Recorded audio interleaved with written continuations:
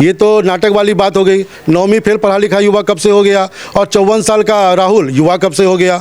तो दोनों में हंसी है। एक तो युवा बोल रहे हैं जो 54 साल का है और एक पढ़ा लिखा बोल रहे हैं जो 9वीं फेल है। चुनाव में लगातार जो बयानबाजी है वो जारी है और मेरे साथ इस वक्त बीजेपी के पूर्व जिला अध्यक्ष किशनगंज से मौजूद हैं। ये बताइए, इस वक्त जो बयानबाजी चल रही है इसको लेकर आप क्या समझते हैं? क्योंकि रैली हो रही थी, राहुल गांधी की यात्रा हो रही थी, वोटर अधिकार यात्रा, और वोटर अधिकार यात्रा के दौरान जिस तरीके की तस्वीरें नज़र आई, फिर प्रधानमंत्री की मां के लिए अपशब्द किए गए, उसके लिए कहा गया कि ये प्रोपोगंडा बीजेपी फैला रही है, क्या कहेंगे इसको? देखिए, चुनाव आ गया तो निश्चित रूप से महागठबंधन के जितने झूठ की पुलंदा है वो सब लोग आ जाएगा। चुनाव से पहले एक बार संविधान हाथ में लेके घूम रहे थे लेकिन कुछ कहना नहीं है, और अभी भी वोट चोरी का मामला है, लेकिन वोट चोरी का मामला नहीं है। जो चोर वोटर लिस्ट से गायब हुए हैं उनसे उनको दिक्कत है।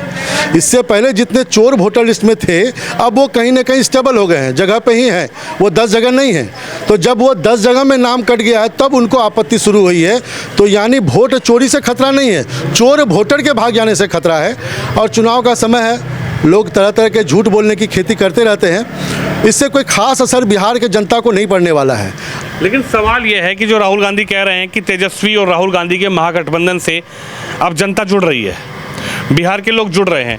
2014 से लेकर लगातार 2025 तक वोट चोरी प्रधानमंत्री ने किया, मोदी जी वोट चोरी करके देश के पीएम बने हुए हैं, लेकिन बिहार में हमने ये चोरी पकड़ ली। बिहार में जैसे SIR लागू किया तो हमने इस चोरी को पकड़ लिया। इस चोरी के जरिए पता लगा कि किस तरीके से वोट चोरी हो रही थी, लेकिन बिहार के लोगों का वोट चोरी नहीं होने देंगे। बिहार के लोग मन बना चुके हैं कि इस बार महागठबंधन और तेजस्वी को सीएम। देखिए, दिक्कत यही है, जो सर्कस में दो जोकरों का ग्रुप इंटरटेनमेंट करने के लिए बिहार में घूम रहा है ना, उसमें कन्फ्यूजन बहुत सारा कुछ है। एक तो कन्फ्यूजन ये है कि जब SIR शुरू किए तो उनको आपत्ति था SIR होने नहीं देंगे, और जब SIR शुरू हुआ, जब हम लोगों ने गलत वोटरों की सूची की और वोटरों को बाहर किया तो आपत्ति हो गया कि वोटर चोरी हो रहा है। भैया, वोटर लिस्ट को साफ सुथरा करने के लिए ही SIR लाया था, और ये SIR जो लाया गया वो भारत सरकार के लिए लाया गया था और ये पूरे देश में लागू होगा। ये तो शुरुआत है बिहार का चुनाव से पहले। जो बोलते हैं ना गंदे वस्त्र थे उसको साफ करके फ्रेश वोटर लिस्ट आया गया है। तो थोड़ा सा कन्फ्यूजन ये लोग में ये है कि ये लोग वोटरों के चोरी को रोकना चाह रहे हैं कि चोर वोटरों को बनाए रखना चाह रहे हैं। निश्चित रूप से जो वोटर साफ हुआ है वो कहीं ना कहीं से जो गठबंधन के द्वारा डम्मी वोटरों की सूची थी उनके हटाए जाने से ये तकलीफ है, और कोई तकलीफ दूसरा नहीं है। रहा सवाल महागठबंधन के बोलने का नहीं बोलने का, तो उनका क्या असर बिहार के वोटरों के साथ होने वाला है ये तो हमको नहीं पता, लेकिन इतना जरूर पता है ये ठगबंधन से लोग काफ़ी प्रभावित रहे हैं।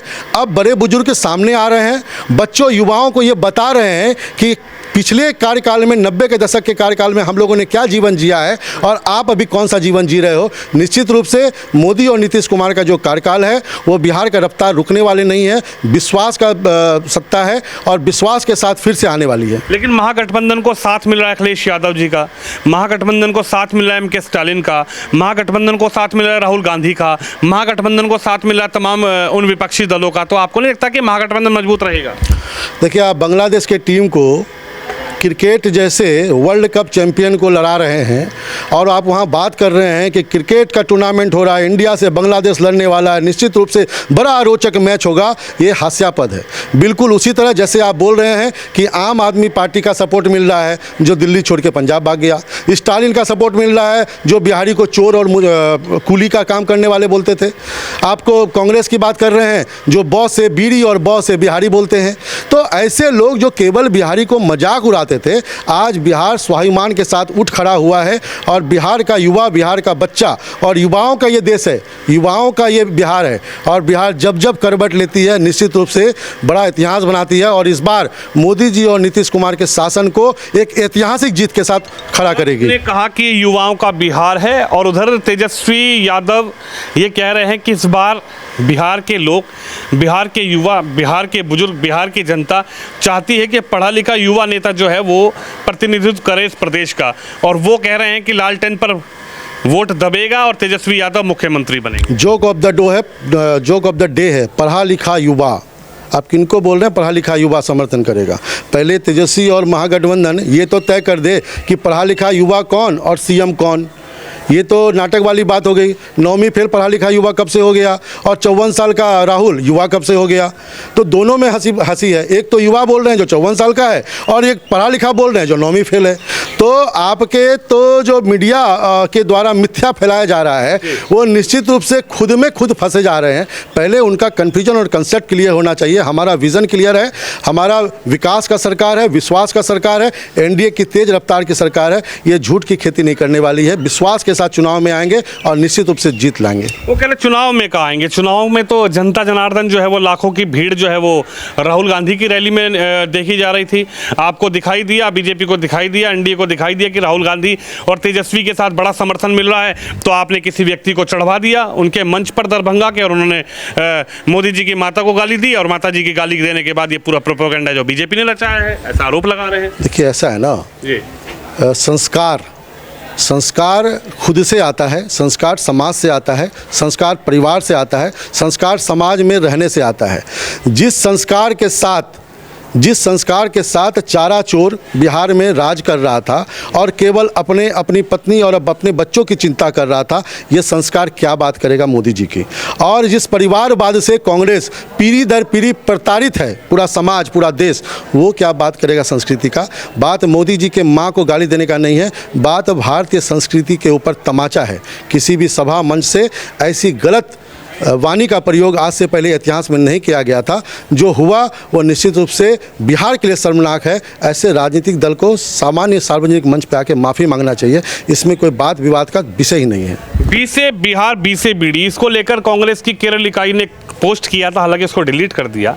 आप क्या समझते हैं? क्योंकि जीएसटी को जैसे कम किया गया, कहीं जीएसटी की दरों को बढ़ाया गया तो कहीं जीएसटी की दर कम की गई। 28 से 18% बीडी की जीएसटी की गई। इसको लेकर बिहार से जोड़ा जा रहा है कि बिहार का चुनाव है तो इसलिए जीएसटी में फेरबदल करना एनडीए को मजबूरी हो गई। बी से बिहार और बी से बीडी, इस पर आप क्या कहेंगे? देखिए, बिहार ज्ञान का केंद्र रहा है, बिहार भारत का केंद्र बिंदु रहा है, बिहार चक्रवर्ती सम्राट अशोक का पुण्य भूमि रहा है, बिहार बुद्ध की भूमि है, जैन की, महावीर की भूमि है। और बिहार में ऐसे कई एग्जाम्पल हैं जो भारत को समय समय पे बिहार ने रास्ता दिखाया है। ये बहुत से बीरी या बहुत से बिहारी कहने वाले लोग बहुत से बुद्धिमान की खेती और बुद्धिमत्ता का परचम फहराने वाले बिहारी को नहीं जानते हैं। बिहार इसका निश्चित रूप से आने वाले समय में जवाब देगी। उसका जवाब हम क्या देंगे, आने वाले चुनाव में वोटर देगी। क्या लगता है, एनडीए मजबूत इस बार नज़र आ रही है? आपको लगता है कि एनडीए मजबूती नज़र आएगी? ये जो है वोटर अधिकार यात्रा ये डैमेज कर पाएगा? देखिए, कहीं कोई डैमेज फिगर है ही नहीं। वो डैमेज कंट्रोल कर ले, जितना वो हर चुनाव में, हर सभा में डैमेज कर रहा है, उस डैमेज को वो कंट्रोल कर ले, ये उसके लिए उपलब्धि होगी। और हम दुआ करते हैं, प्रार्थना करते हैं कि दो जोकरों की जो टोली इंटरटेनमेंट करने के लिए चुनाव में आ रहा है, उसमें बिहार के लोग बहुत मनोरंजन होने वाले हैं, उसका लाभ मिलने वाला है। सबसे पहले तो मैं ये कहूँगा कि कहता नहीं है कि खिसियानी बिल्ली खंभा नोचे। मुद्दे क्या होने चाहिए चुनाव के समय? विकास का मुद्दा होना चाहिए, लोगों के अधिकार का मुद्दा होना चाहिए। लेकिन मुद्दे क्या बन रहे हैं? वोटर अधिकार यात्रा, वोट चोरी। अरे एक बात मुझे बताओ कि अगर वोट चोरी होता, क्या जनता का विश्वास जीतना इतना आसान है? आप पर जनता ने इतना दिन तक विश्वास किया, आपने क्या बदलाव किया? आपने क्या चेंजेस लाए यहाँ के युवाओं के लिए, यहाँ के महिलाओं के लिए, यहाँ के किसानों के लिए, यहाँ मर्रा की ज़िंदगी के लिए? जब बदलाव हुआ है, जो अब दिख रहा है, अपनी आत्मा को छू के बोले कि क्या बदलाव नहीं दिख रहा है उन्हें? तो वो ये सब अनाप शनाप जो है वोटर अधिकार और ये सब का कोई औचित्य नहीं है। आज की जनता जाग चुकी है, वो विकास को देख रही है और ये विकास रफ्तार पकड़ चुकी है। तेजस्वी यादव ये कह रहे हैं कि इस बार जो है जनता युवा को चाहती है, नीतीश कुमार जी का मानसिक संतुलन खराब है।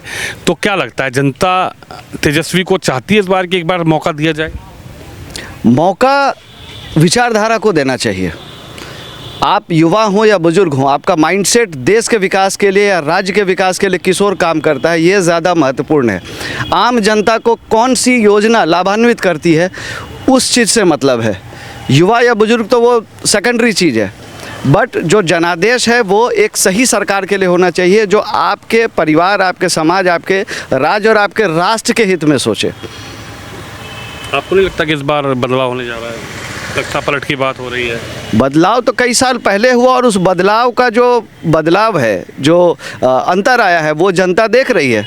तो अब किसी और बदलाव की ज़रूरत ही क्यों है? एनडीए लगता है इस बार पार है, 200%। एनडीए आ रही है। बिल्कुल आ रही है।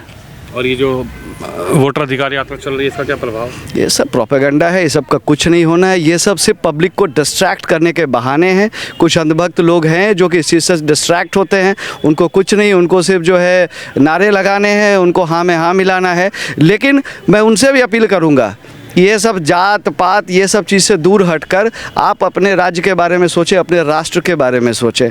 अब देश आपसे यही मांग रहा है। एक सही जिम्मेदार नागरिक का कर्तव्य यही होता है कि वो अपने राष्ट्र की भलाई के बारे में सोचे, ना कि क्षणिक फ़ायदों के लिए आप किसी की भी हाँ में हाँ मिला लीजिए।